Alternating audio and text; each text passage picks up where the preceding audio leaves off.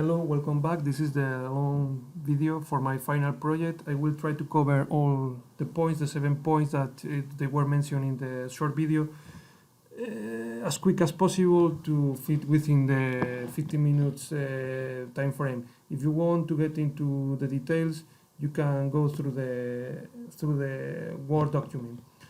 Okay, so I'm just going to go directly. Here in the slides we have covered almost everything, but in not that deep detail as covered in the document. So this is a general idea about our system. The core of the project is Cassandra installation, the schema, and load the data in Cassandra and run and create the queries to retrieve data from Cassandra. So, but around of that we need to add some additional components. We are leveraging, Jupyter Notebook server and Jupyter Notebooks because it's something very straightforward that not very technical users can use without knowing the deep details of the infrastructure that is running behind the scenes. So we have Cassandra, we have for sure the raw data that we have to load. Jupyter Notebook server at the business logic. And this is actually who connects to the database and to the raw data through Cassandra driver and through pandas. From the end user, at the presentation level, the end user just use the web browser and can create and run his scripts by using Python in the browser. So it's a very convenient tool for more programming and analysis oriented end users, more than proper IT guys. That they are actually the most important stakeholders for this kind of applications. So let's go start with point number 1. That is for sure creating the infrastructure. The machine, the instance we are going to deploy our code. In this case, we are using Google Cloud. It's very easy and straightforward to create there a machine. So like you need to register, you need a Google account, you need a credit card, but you are not going to be charged because you have like $300 of credit for free.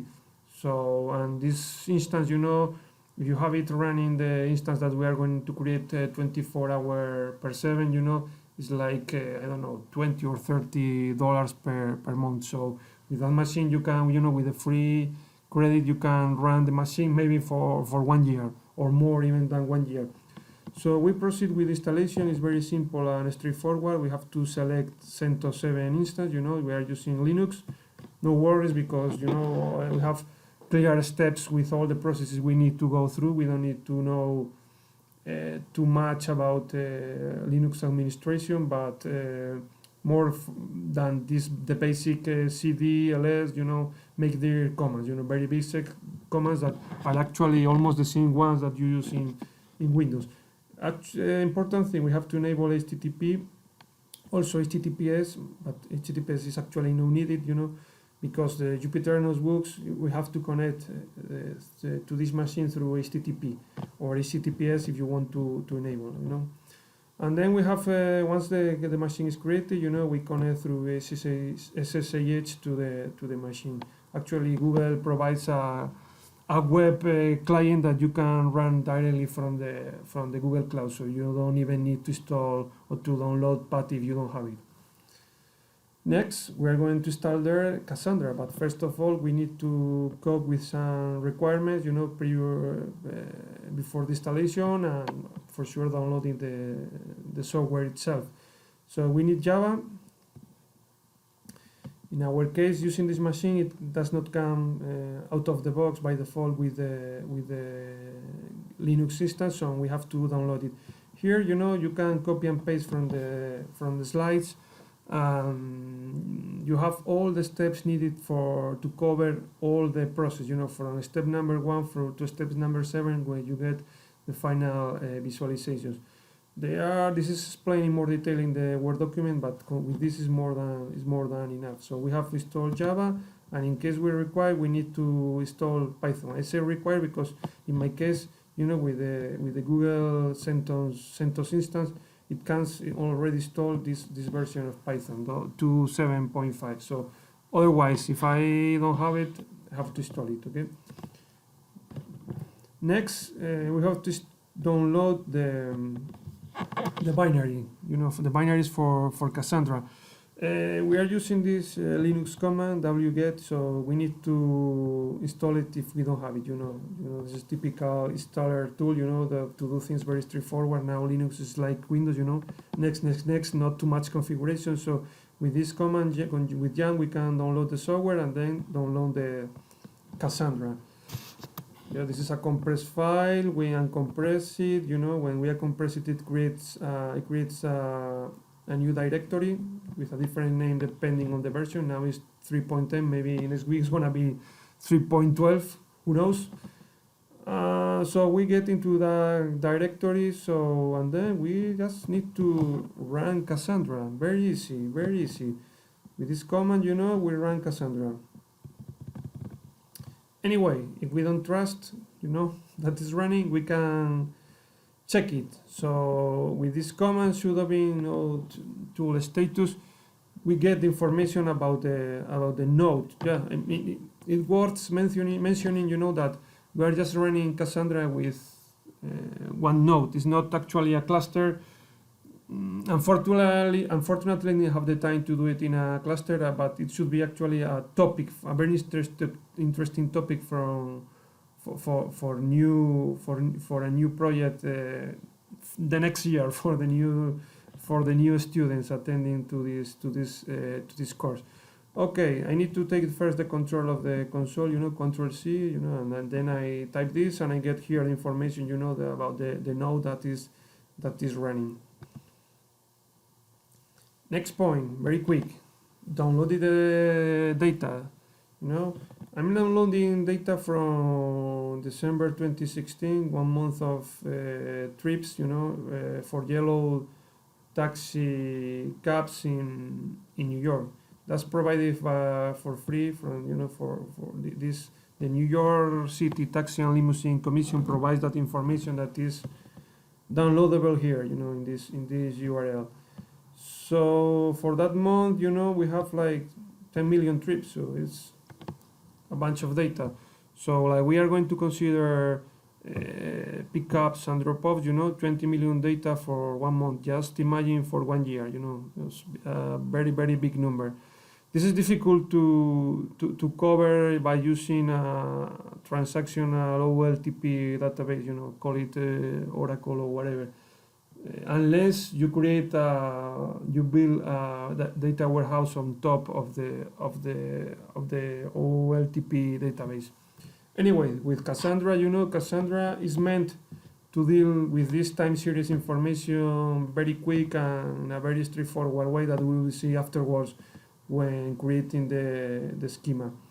So we just create a directory called Jupyter, because everything running from Jupyter will be stored in this file, in this folder, because it's the way to have access to all that information very easy without not having to leave the notebook, go to the terminal and so on. So we get into that directory, and here we have the link to download the CSV file. Okay. Now I need to start to create the schema in Cassandra, load the data, processing the data, and producing the analysis with my visualizations. So, the most straightforward way to do this is through Jupyter Notebooks. So it's time to install Jupyter Notebooks. There are some dependencies that we have to install. You have them all here. You can just copy and paste, and it will start to install. Once finished, we can start Jupyter Notebook from here with this command. Note that I'm not using port 8888. That is the default port used by Jupyter server. Because by using port 80, you don't need to configure anything at the firewall, any additional, maybe you don't have to go into the network if you are using Google Cloud and create a rule. You don't need to do anything, just port 80 that is already open by default when you enable HTTP on the Google Cloud instance. Okay, so once we run this, we open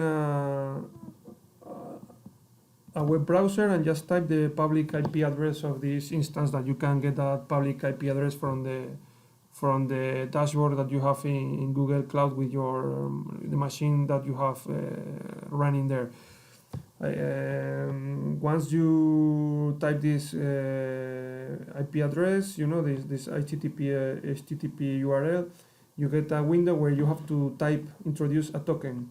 You know, the token is provided when you start Jupyter. So you just copy and paste this token, and you get access actually to the front end of Jupyter server. You know, that are Jupyter notebooks. So now here in Jupyter Notebooks, you know, we are going to, with a Jupyter Notebook, we are going to start the creation of the schema for Cassandra, you know. So for all the following processes, I created, you know,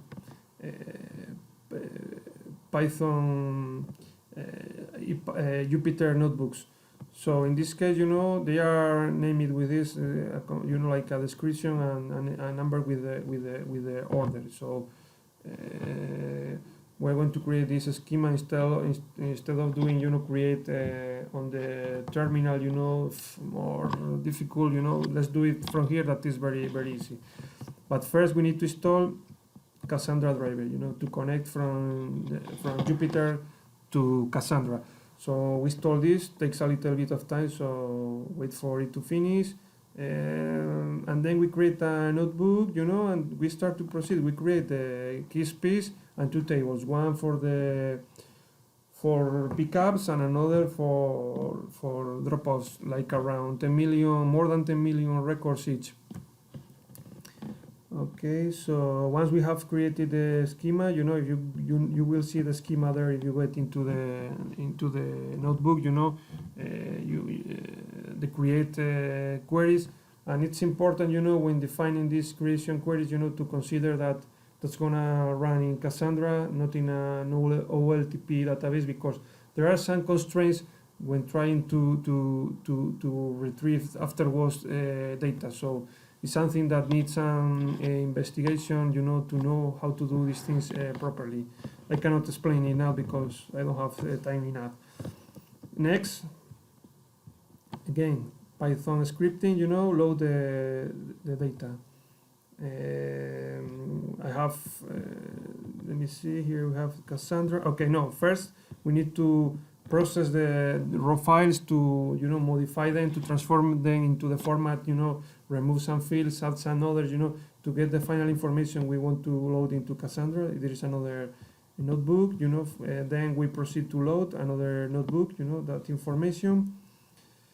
And once we have there the information, you know, these 20 million records, you know, that loading, depending on the machine, will take like for this very basic machine configuration, it takes like around 20 minutes each, you know, each of the tables. So it's like around 40-50 minutes. You can go grab a coffee and then get back to work. And then finally, we have the visualizations, you know. We are combining some other libraries, you know, for the visualizations. Mainly this very nice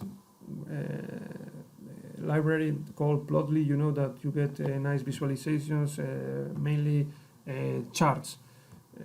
Note that there is like an online version that works connected with more functionality. You need a key for that, but I'm working with the offline version that has no requirements about key, so you can use it for free without no restrictions of number of requests. And so pandas, you know, because very useful when dealing with data frames in Python, you know. So we combine queries in Cassandra with pandas, so it provides like a very powerful framework to deal with data. And this is also for some of the time series, for managing time series. Okay. So you will have we have two different scripts notebooks, one for pickups and drop-offs in a month, and another one similar that's for pickups and drop-offs along a day. So there are very basic visualizations, you know, that for the scope of the project, you know, that it was actually to prove that Cassandra is very useful for this kind of analysis is more than enough. So this is what we are getting, after running those scripts. This is a detail of pickups, so for the whole month of December, we see like sometimes, there are peaks depending on the days, I don't know, some events, 25th, 26th, maybe people is more at home, so fewer trips, Something similar for the drop-offs, and where we can start to analyze and, and to get answers to our questions is when we, compare pickups with drop-offs. That is actually what we have done here, So by means of this, we can detect like lags,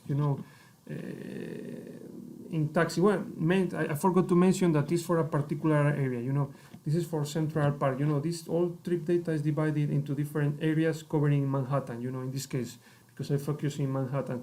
So this is for Central Park area, and this is the difference between pickups and drop-offs. So this, we have these peaks, and maybe it works to analyze, to get some insights, some patterns, and trying, so maybe by analyzing this, taxi companies, they can make more revenue, because they know where they have to put taxis instead of being idle, maybe in some other parts, some taxis, they are idle. So it's like improving how the taxi fleet it's organized, and many other reasons, also because maybe there are a lot of pickups in an area because there are public transport, bus does not, or metro does not cover that properly, so maybe I have to add their bus stop and so on. So that's the kind of visualization, and with this is very interactive, because I can see this big peak, I can select that area and get the detail, for that area. So from 6 p.m. to, so I can reach the level of granularity that I want to reach depending on my studies. And this is the last visualization that is the same one, it's the same thing, analysis, but just for a particular day. So we can do the same sort of combinations, and this is fairly everything what I have covered in my final project. Thank you.